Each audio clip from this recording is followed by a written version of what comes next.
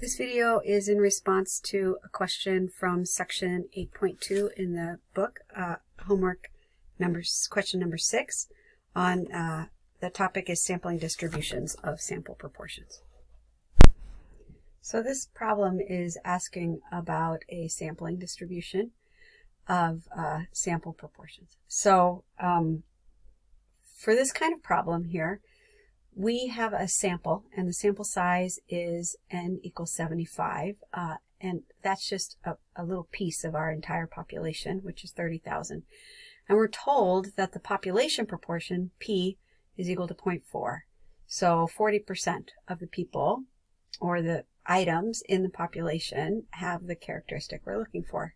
And so when we're looking at a sampling distribution of sample proportions, what we're trying to figure out, first of all, is whether or not it's going to be normal. And so the shape is normal if it follows the rules that n times p times 1 minus p is greater than or equal to 10. And also n is less than or equal to 0.05 n, where n is the population size. So you have to take the numbers that you're given and plug it in to determine whether or not it's normal. So our n is 30,000, and so 30,000 times 0.05 is definitely bigger than 75. Since 1/10 of 30,000 is 3,000, and 1/100th is 300, so 5 100ths is definitely bigger.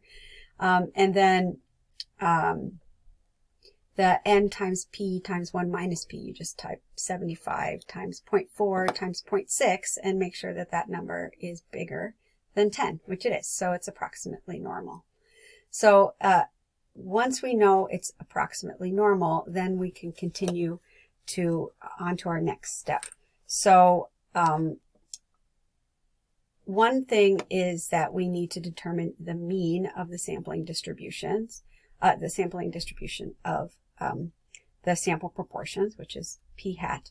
And so by definition, the mean of the distribution of sample proportions is equal to the population proportion. So that's just 0.4, and that's the definition that's for the mean of the sampling distribution of sample proportions.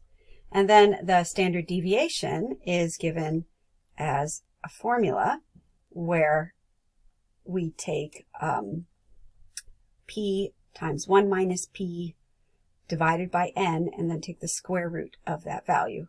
So if we're going to use a calculator for that, I just open up the calculator really quick here, and so we do our p, which is 0.4, times our 1 minus p, which is 0.6, and we divide that by the size of our sample, which is 75, and then we take the square root, 0.056. So you can see that's our value for our standard deviation of our sample proportion. So these two pieces of information basically tell us that if we take a bunch of different samples from this population, so we take maybe a sample size of n equals 75 from this population and calculate the proportion out of that 75 that have the characteristic we want, we'll get a number. It might be 0.4, it might be 0.5, it might be different. And so that one sample is going to give us a value for p. And so that'll be one value. And then if we did another sample of n equals 75, we'll get a different p. And then another value, and we'll get a different p. And so if we actually make a curve of that, it's going to be a normally distributed curve of all those different p's. And it's that that normal distribution is going to have a mean of 0.4, and this is the standard deviation. So now we stop really kind of focusing on sample distribution of sample proportions, and we just say, oh, this is a normal probability plot. And so if I want to know the probability of obtaining x equals 36, so when x equals 36, our p hat is x divided by n, so 36 divided by 75. which they actually gave you in the problem, is equal to 0.48. So if we are wondering if 36 or more individuals have that characteristic, we want to know where in our normal distribution of our sample proportions this 0.48 is going to lie. So we need to open up StatCrunch and do a normal probability distribution. So let's get StatCrunch open. And we're going to go ahead and do stat calculators normal. So here's our normal probability curve. And we figured out that our sampling distribution of sample proportions is approximately normal. So we can use this curve. And we figured out our mean, which is 0.4. And we figured out our standard deviation, which is 0.056569. And we want to know the probability of obtaining 36 or more individuals. So 36 divided by 75 is going to be 0.48. That's the p hat we care about. So the probability that we're going to have that many more individual or more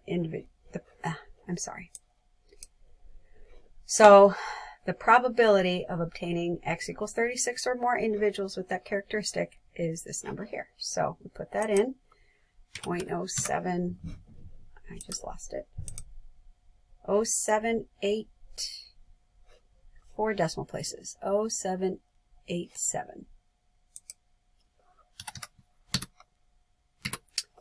And then the next part is what is the probability of obtaining x equals 27 or fewer. And again, they get this 0.36 by just taking the 27 and dividing it by 75. And they tell you what to put in to StatCrunch. So less than or equal to 0.36. We get 0.2398. Okay, I hope that helps.